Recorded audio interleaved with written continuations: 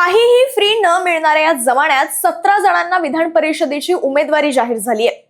पण या 17 उमेदवारांमागचं राजकीय आणि जातीय गणित काय आहे आणि त्या उमेदवारांचा इतिहास नेमका काय आहे, सगळं सांगते आजच्या ऑन पॉइंट मध्ये।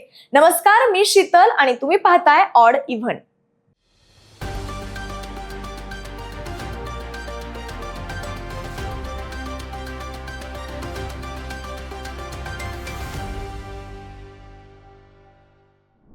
सर्वात आधी तर महायुतीचं अंतिम जागा वाटप आणि उमेदवारांच्या यादीवर एक नजर टाकूयात। भाजपच्या 11 जागांबद्दल बोलायचं तर वर्धा, चंद्रपूर, गडचिरोली जागेसाठी अरुण लखानी, भंडारा गोंदिया अविनाश ब्राह्मणकर, अमरावती प्रवीण पोटे, सोलापूर राजेंद्र राऊत, सांगली सातारा धैर्यशील कदम, अहिल्यानगर प्राजक्त तनपुरे, छत्रपती संभाजीनगर जालना सुहास शिरसाट, नांदेड अमर राजूरकर, धाराशिव बीड लातूर जागेसाठी बसवराज पाटील, जळगावसाठी नंदकिशोर महाजन, नागपूर जागेसाठी राजीव पोद्दार यांना उमेदवारी ही निश्चित करण्यात आली आहे। तसंच शिवसेना शिंदे गटाच्या 4 जागांवर ठाण्यासाठी रवींद्र फाटक, नाशिक नरेंद्र दराडे, परभणी हिंगोलीसाठी सईद खान, तसंच यवतमाळ जागेसाठी दुष्यंत चतुर्वेदी यांना उमेदवारी देण्यात आली आहे। आणि राष्ट्रवादी अजित पवार गटाच्या 2 जागा म्हणजेच रायगड रत्नागिरी सिंधुदुर्गसाठी अनिकेत तटकरे आणि पुण्यासाठी विक्रम काकडे यांना उमेदवारी देण्यात आली आहे। आता या सगळ्यामध्ये भाजपचा बिग ब्रदर रोल आणि मुख्यमंत्री फडणवीसांची रणनीती काय आहे, तर या जागा वाटपात भाजपने स्पष्टपणे आपली ताकद दाखवून दिली आहे। स्थानिक स्वराज्य संस्थांच्या निकालांमध्ये भाजपने 14 जागांवर वर्चस्व हे प्रस्थापित केलेलं, तरी सुद्धा मित्र पक्षांसाठी 3 जागा या सोडल्यात। आता भाजपने स्वतःच्या 8 जागांशिवाय अहिल्यानगर, सातारा, सांगली आणि नांदेड या काँग्रेस आणि राष्ट्रवादीच्या ताब्यातील जागा सुद्धा आपल्या पदरात पाडून घेतल्या आहेत। या सगळ्यामुळे फडणवीसांची रणनीती ही 2029च्या विधानसभा निवडणुकीसाठीची पायाभरणी करण्याची तयारी दिसतीये, असं राजकीय विश्लेषकांचं मत आहे। कारण त्यांनी बाहेरून आलेल्या नेत्यांना जसं की प्राजक्त तनपुरे, अमर राजूरकर यांना संधी देऊन विरोधी पक्षांची ताकद कमी करण्याचा प्रयत्न केल्याचं दिसतंय।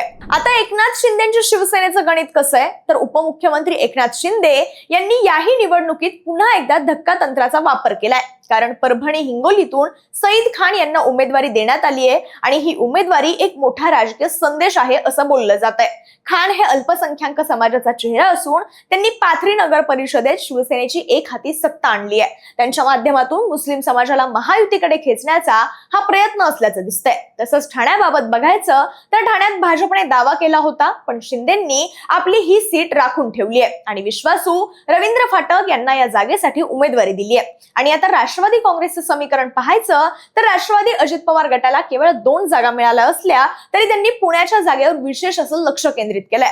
माजी खासदार संजय काकडे यांचे पुत्र विक्रम काकडे यांना राष्ट्रवादीने पुण्यातून संधी दिली आहे। विक्रम काकडे हे अजित पवारांचे निष्ठावंत तसंच देवेंद्र फडणवीस यांचे सुद्धा विश्वासू मानले जातात। यासोबतच कोकणची जागा अनिकेत तटकरे यांना देऊन सुनेत्रा पवारांनी सुनील तटकरे यांच्या नेतृत्वाखालील आपली ताकद तिथे आबाधित ठेवली आहे।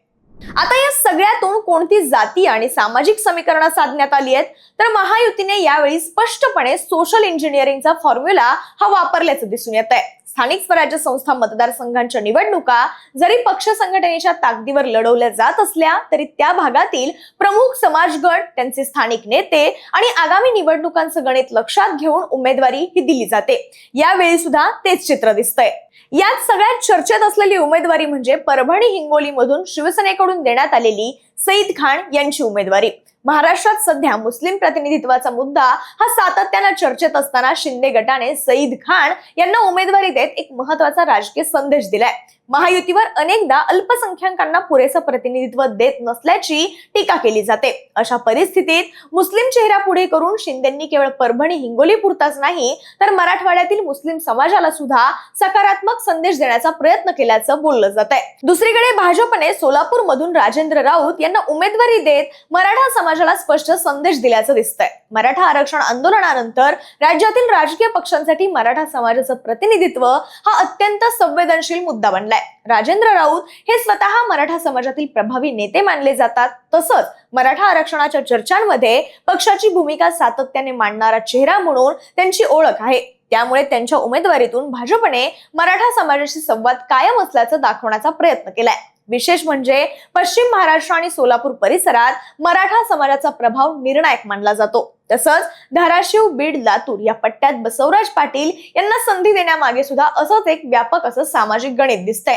मराठवाड्याच्या काही भागामध्ये आणि सीमा भागात लिंगायत समाजाचा प्रभाव हा मोठ्या प्रमाणात आहे.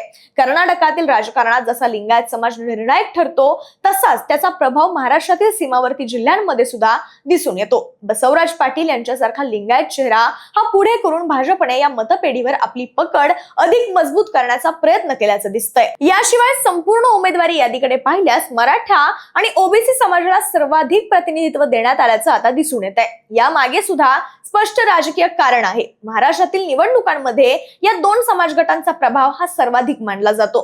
राज्यातील बहुतांश स्थानिक स्वराज्य संस्था, जिल्हा परिषद, पंचायत समित्या आणि सहकारी संस्थांमध्ये मराठा आणि विविध ओबीसी समाजातील नेत्यांचं वर्चस्व आहे. त्यामुळे उमेदवारी वाटप करताना या समाज गटांना प्राधान्य देणं हे कोणत्याही राजकीय आघाडीसाठी अपरिहार्य ठरतं. विशेष म्हणजे महायुतीने केवळ एका समाजावर भर न देता विविध समाज गटांमध्ये संतुलन साधण्याचा प्रयत्न केल्याचं दिसतंय. मराठा नेतृत्व कायम ठेवताना ओबीसी समाजालाही मोठं प्रतिनिधित्व, मुस्लिम समाजाला प्रतिकात्मक पण महत्वाचं स्थान, तर लिंगायत समाजाला स्वतंत्र प्रतिनिधित्व हे देण्यात आलंय. त्यामुळे महायुतीचा संदेश असा दिसतोय की ही केवळ 3 पक्षांची राजकीय युती नसून विविध सामाजिक घटकांना एकत्र ठेवण्याचा प्रयत्न आहे.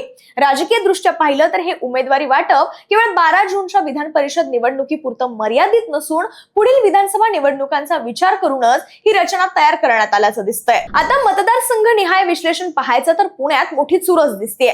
विक्रम काकडे यांच्या विरोधात शरद पवार गटाचे श्रीकांत पाटील हे रिंगणात आहेत, तर इथे भाजपची एक मोठी लॉबी विक्रम काकडेंना पाठिंबा देतेय. तर नाशिकमध्ये मात्र महायुतीत मोठा संघर्ष पाहायला मिळतोय. शिवसेनेचे नरेंद्र दराडे अधिकृत उमेदवार असताना भाजपचे गणेश गीते यांनी बंडखोरी करत अर्ज भरलाय. तसंच छत्रपती संभाजीनगर इथे भाजपचे सुहास शिरसाट विरुद्ध ठाकरेंच्या शिवसेनेच्या देवयानी पाटील अशी लढत होणार आहे. आता या जागा वाटपावरून अनेक ठिकाणी महायुतीत असंतोष पाहायला मिळतोय. नाशिकमध्ये भाजपच्या नगरसेवकांनी गणेश गीते यांच्या अर्जावर स्वाक्षऱ्या केल्यानं शिवसेनेत संताप आहे. तर सोलापुरात प्रशांत परिचारक यांना शब्द देऊनही राजेंद्र राऊत यांना उमेदवारी मिळाल्यानं परिचारक गट नाराज असल्याची चर्चा राजकीय वर्तुळात सुरू आहे. तसंच पुण्यात सुनील टिंगरे यांना डावलून विक्रम काकडे यांना संधी दिल्याने स्थानिक कार्यकर्त्यांनी राजीनामे दिलेत.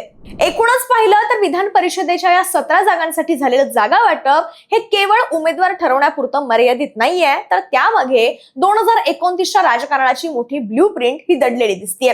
पण आता खरा प्रश्न असा आहे की या सगळ्या गणितांचा मतपेटीवर काय परिणाम होणार, तसंच नाशिकमधील बंडखोरी कोणाला महागात पडणार. पण या सगळ्या प्रश्नांची उत्तर आता 12 जून नंतर मिळतील. पण तुम्हाला काय वाटतं, या जागा वाटपात सर्वाधिक फायदा कोणत्या पक्षाचा झालाय? भाजप, शिवसेना की राष्ट्रवादी काँग्रेस गट? कमेंट बॉक्समध्ये व्यक्त व्हा आणि ऑड इव्हनला सबस्क्राईब करायला विसरू नका.